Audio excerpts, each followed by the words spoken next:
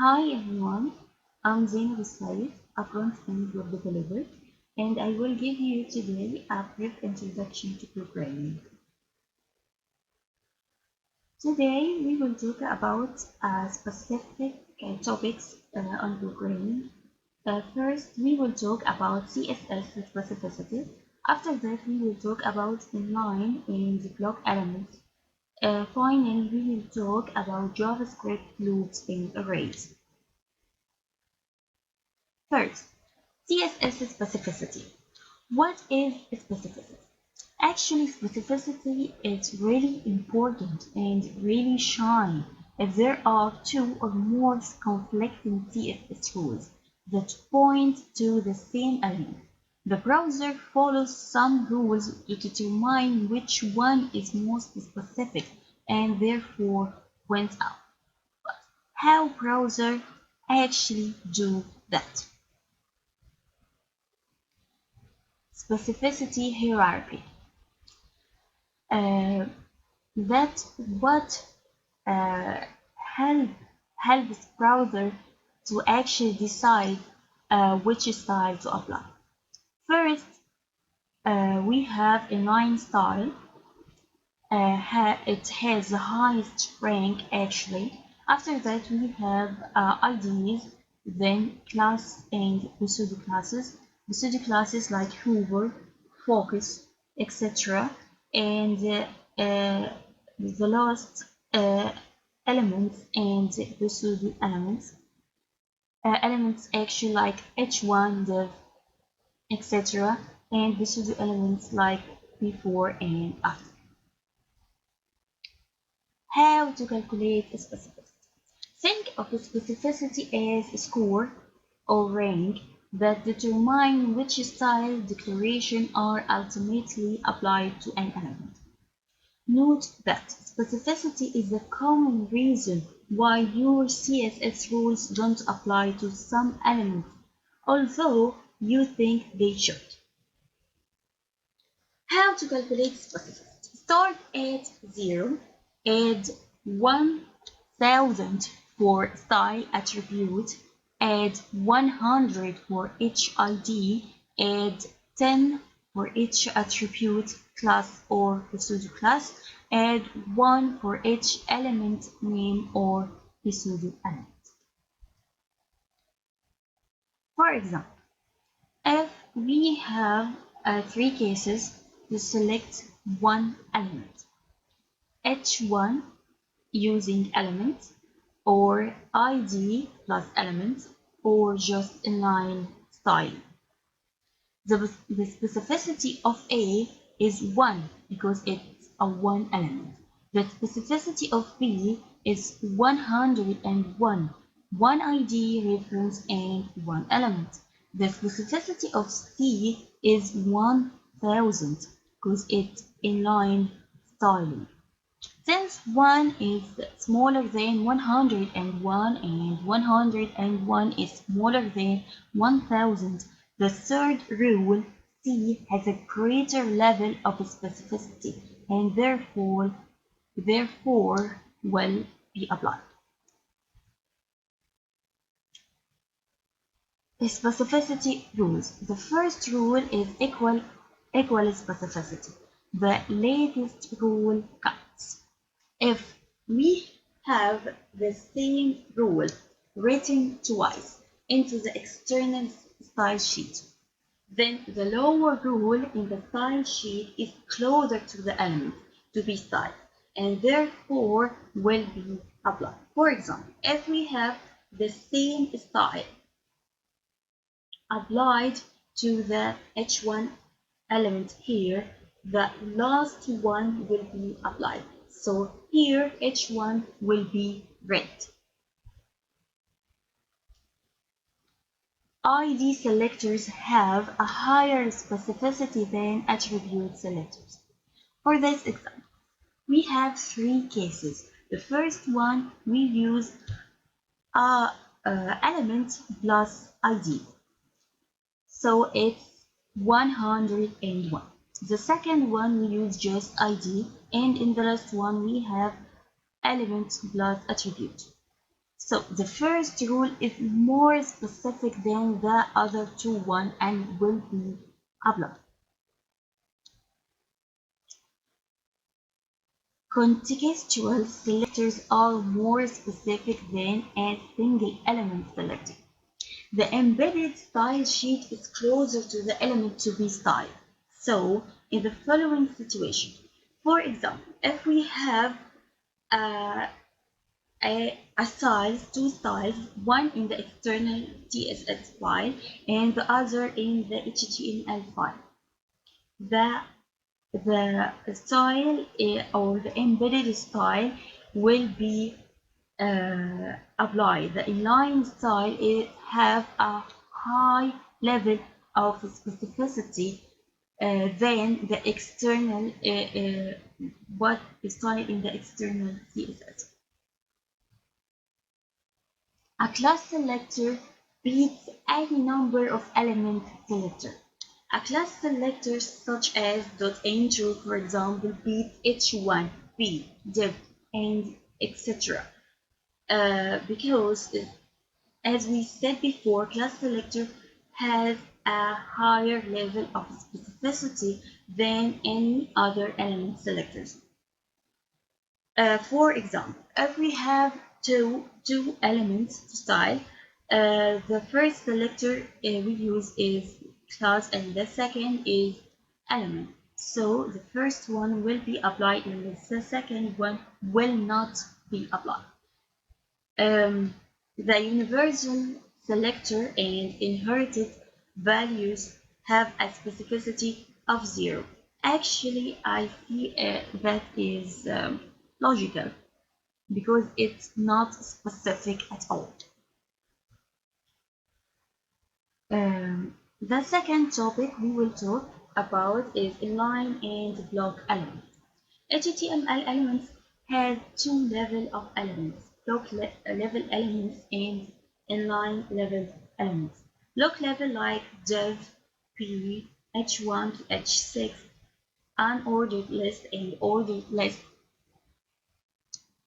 Actually, they're more than it's a lot of inline of block level elements in HTML and inline level elements like span, p, strong, anchor, emojis, and there are more and more inline level elements. It's just a fact. Block level elements. A block level element always starts on a new line and takes up the full width available, stretches out to the left and right as far as it can. For example, if we try to write hello world with two divs, the output will be just like that. Every word will have the entire line and will stretches out to the left and right as far as it can. Um, so every word will have a line. An inline element does not start on a new line and only takes up as much width as necessary. This an inline span element inside a paragraph. For example, if we try to write hello world with a span, the output will be like that. The word just have the necessary width, not more. The div element. The div element is often used as a container for other HTML elements.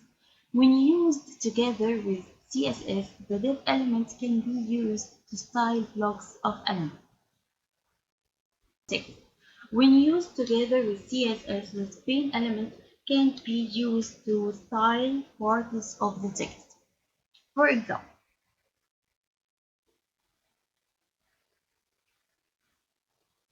If we use it, if you use it to write this statement, my important heading, we can use Spain to style important with color red, and it in the output you can see important it's just important it's red, and the other text is black. The last topic we will talk about today is JavaScript arrays and loop. JavaScript arrays are used to store multiple values in a single variable. Actually, array is a special variable which can hold more than one value at a time. If you have a list of items, uh, a list of flowers name, for example, storing variables could look like this: flower 1, flower 2, flower 3, just to for storing just the three elements.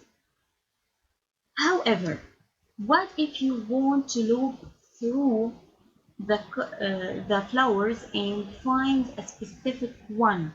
And what if you had not just three flowers but 300? The solution is an array. An array can hold many values under a single name, and you can access the values by referring to an index element, an index number. Using an array literal is the easiest way to create a JavaScript array. The syntax is like that. You define your variable as array, and it use brackets and put your item into the bracket. For example, flowers, we make array and name it flowers and put our items in it: rose, tulip, lilies. Or using the JavaScript keyword new, uh, you define your array, give it a name, flowers, and then write new array, and between brackets you add your items: rose, tulip, lilies, or whatever you want. How to access elements of an array? You can access an array element by referring to the index number. This statement accesses the value of the first element in flowers. We here put the first element in our array flowers in the variable name. When you use console.log and you say the output, it will be rose. So the first element in our array flowers, which was rose, now it's in the variable name. Changing an array element. This statement changes the value of the first element in flower. Here we change the first element in our array flower to sunflower. When you try to print the array again, you will find that the first element in our array actually is sunflower, not rose, sunflower. The last thing we will talk today about is loops, JavaScript loops. Loops are actually handy if you want to run the same code over and over again each time with a different value. You actually need to use loops. When working with array, for example, instead of writing this all lines to just uh, print the elements of your array, you can write just like that. You can use a for loop. We have actually a different kinds of loops. JavaScript supports different kinds of loops. For loops, which actually iterate through a block of code a number of times, and for in loops, which iterate through the properties of an object, and while, which loops through a block of code while a specified condition is true. Do while also a loop loops through a block of code while a specified condition is true. Today we will talk about for loop only. The for loop has the following syntax. For, between brackets, we have three statements. Statement 1 is executed one time before the execution of the code block. The statement 2 defines the condition for executing the code block. Statement 3 is executed every time after the code block has been executed. Actually, the first statement is the initialization for our for loop. The second statement is the condition that must be valid or must be true to run the code inside our for loop. The last statement here is actually increment or decrement to our initialization. For example, to make things clear, we will have an example. If we have a variable text here that will have a string inside of it. And we have a variable I have an initialization value of 0, and while I is smaller than 5, it's our condition here, I smaller than 5, and the third statement is I++. Inside our for loop, we want the number inside the number of I to be printed inside our text. So every time the for loop counts will print the number inside the I. What will happen actually? When I first we will make I equal 0. Okay. After that, we will print the we will check our condition. I is smaller than 5. Okay, we will